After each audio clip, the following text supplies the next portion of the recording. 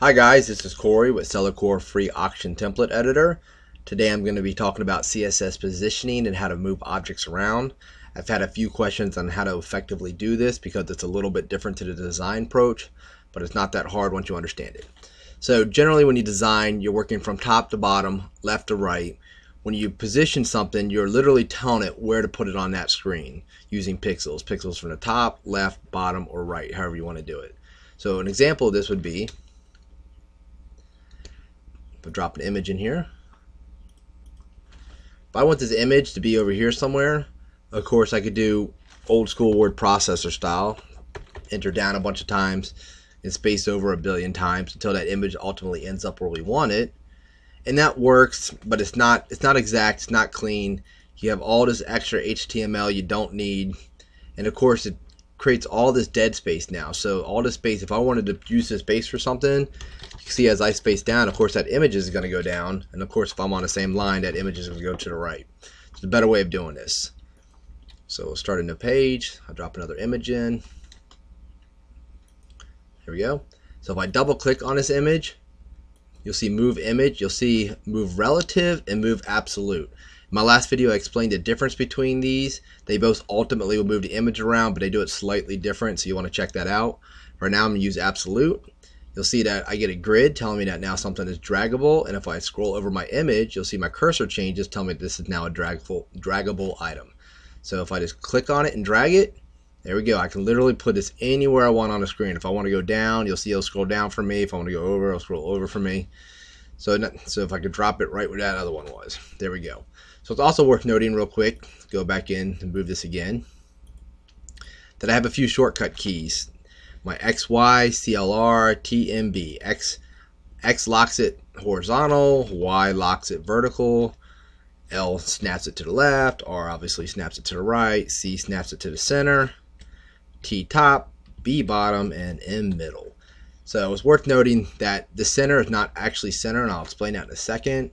But for now, we'll drop it about where the other one is. I think it was somewhere right there. So we'll see that they're pretty close. But the difference with this one is that if we look at the code, it's just our image code, and it tells it where to place it on the screen. And how this works is, if I click on it, you'll see that it's positioned absolute, and it's set to 851 pixels left and 479 pixels top. It's literally telling it from the left of our design to the left of our image, it wants 851 pixels in there, and from the top is 471 from the top to 471 top of that pixel. So of course if I were to move it up to this, those numbers would get smaller. Move it away, those numbers would get larger. I could also do it in reverse, from the bottom or from the right, but you always want to use the top and the left or general, because all the screens start top and left, and person's screen size, it'll be there. So what you got to think about here is that I have this nice wide screen, but if someone has your viewer has a smaller screen, it's not going to be in the middle. It's going to be on the side, or if they have a really small screen, it may not even be on their screen at all. So another quick example. Also, you'll see that this does not affect that image, because now that image is placed there, and I have all this room that I can do anything I want up here. So right now, I'm going to drop a div in here real quick. Insert div, and I'm going to drag it over. I'll put a border on it so we can see it real quick. So I'm going to take this div and I'm going to move it. Give us a quick example of something. Alright, I'm actually going to make it a little bit smaller.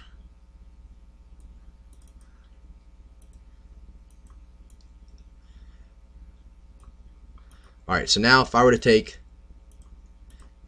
this div and I would put an image in here, and I'm going to move this image, I'll move it absolute just like the other one. I'll put it right next to it. This is what the part that most people I think get confused on.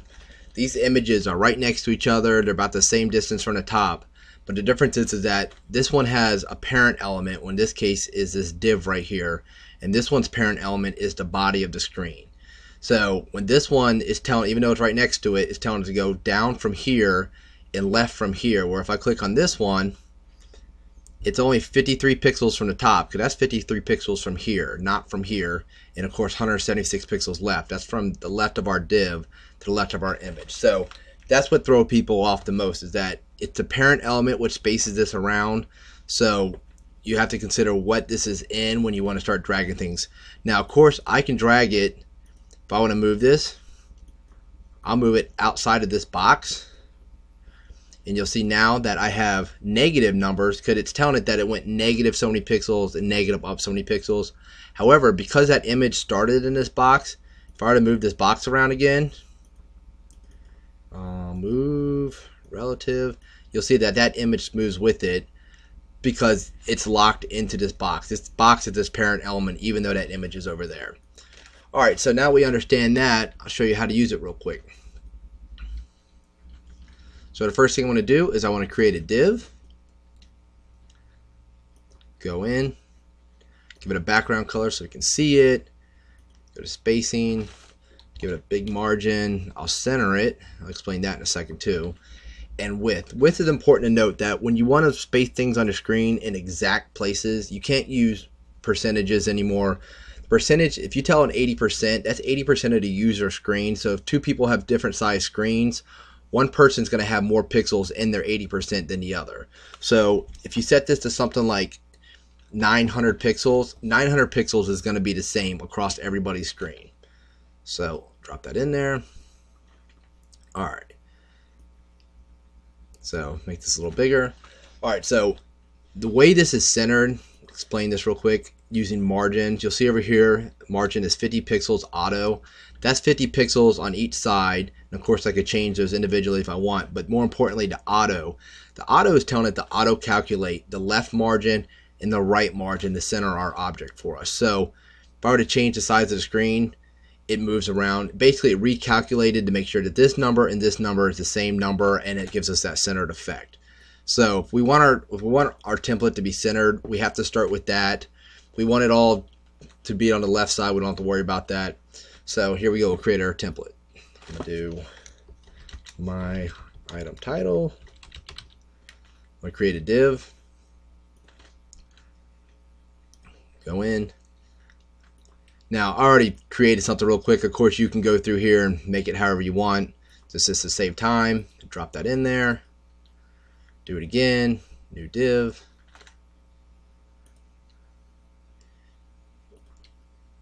Another box, a little bit different looking. And now I'm gonna do a couple images. Do 1, 2, 3. And I'll just add quick CSS to give them a quick border so we can help them apart.